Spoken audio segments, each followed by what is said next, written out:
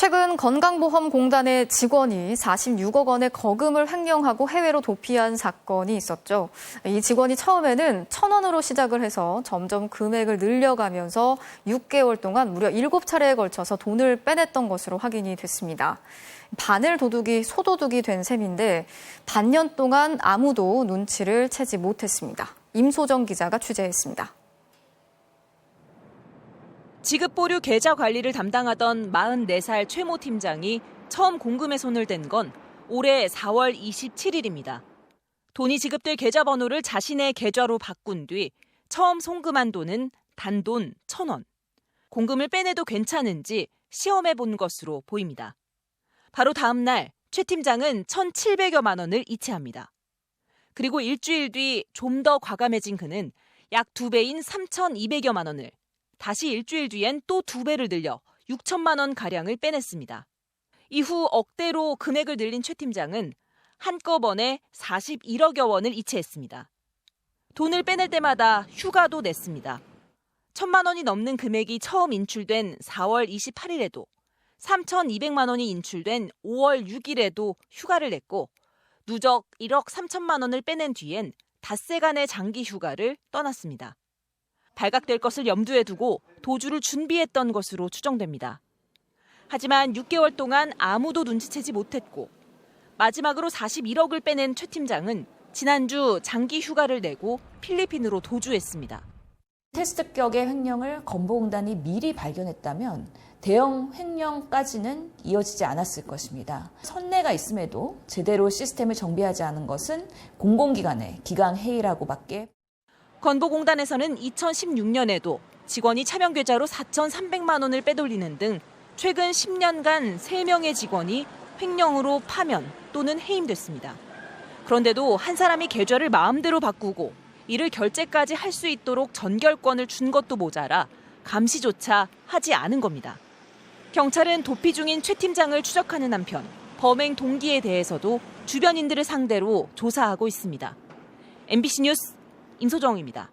경기도 파주에서 교통사고가 났는데 가해 운전자는 만취 상태였습니다. 그런데 이 운전자를 잡아서 신원을 확인해봤더니 지역 농협에서 70억 원을 횡령하고 잠적했던 직원이었습니다. 손하늘 기자가 취재했습니다. 경기 파주시의 한 주택가. 어제 오후 3시 반쯤 이곳에서 이상하게 주행을 하는 수입차가 목격됐습니다. 크락션이 뭐 엄청 크게 울렸어요? 그래서 우리가 다 여기서 알았죠. 빵 그러면서 이제 올라간 거지. 터보 급발진이라 그러지. 그런 식으로 그냥 빵 그러면서 팍 올라갔어요. 이 차가 향한 곳은 초등학생들의 하교가 한창이던 어린이 보호구역이었습니다. 이곳 초등학교 앞 골목까지 이 아찔한 질주를 이어가던 차량은 이 중앙선을 넘어 사고를 내고서야 멈춰섰습니다. 이 사고로 운전자와 맞은편 승합차의 운전자, 동승자 등 3명이 다쳤습니다. 출동한 경찰이 사고를 낸 운전자의 음주 측정을 했더니 면허 취소 수준의 만취 상태였습니다. 그런데 면허증을 조회한 경찰관은 깜짝 놀랐습니다.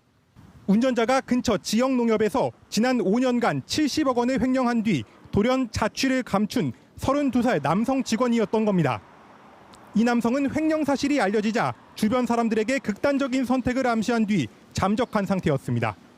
이 남성은 농산물과 생활물자 등의 관리를 맡으면서 재고를 사들이는 데 쓴 돈을 실제보다 부풀려 차명계좌에 보내는 방식으로 돈을 빼돌린 것으로 드러났습니다. 빼돌린 돈은 가상화폐 투자 손실을 만회하거나 수입차를 사는 데 쓴 것으로 알려졌습니다. 이 남성을 현행범으로 체포한 경찰은 음주 사고 경위 수사가 끝나는 대로 횡령 혐의에 대한 수사를 본격적으로 진행할 계획입니다. MBC 뉴스 손하늘입니다. 최근 기업과 금융기관을 막론하고 거액의 횡령 사태가 잇따르고 있는데 이번엔 새마을금고에서도 수십억대 횡령 사건이 발생했습니다. 창구 직원이 16년 동안 40억 원이 넘는 고객의 돈을 빼돌렸는데 새마을금고 측은 이런 사실을 전혀 파악하지 못했습니다. 김정우 기자가 취재했습니다.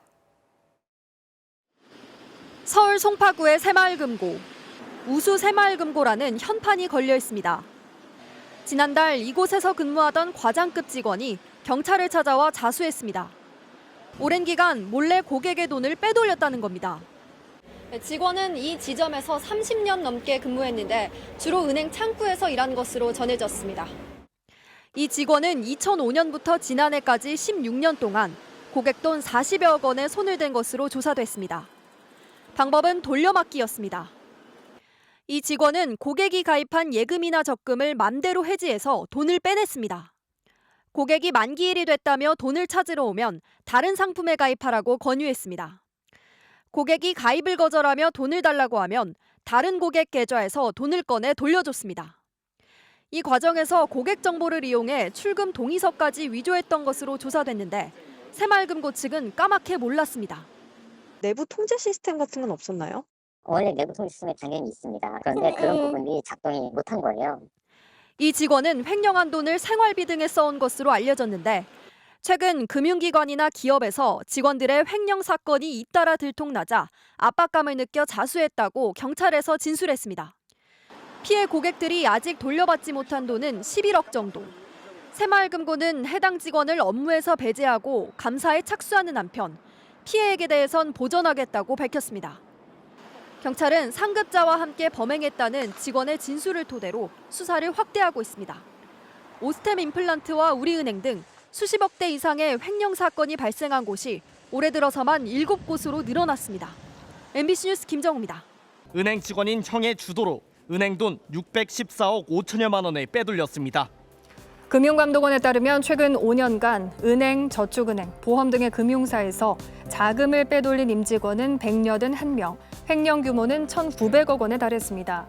반면 작년까지 환수된 금액은 127억 원, 32%에 불과했습니다. 횡령 임직원 수와 횡령의 규모가 가장 컸던 곳은 은행이었는데요. 은행별 금융사고 건수를 보면 신한은행이 29건으로 가장 많았고 우리, 하나은행이 각각 28건, 이어 국민은행, 농협은행 순이었고요.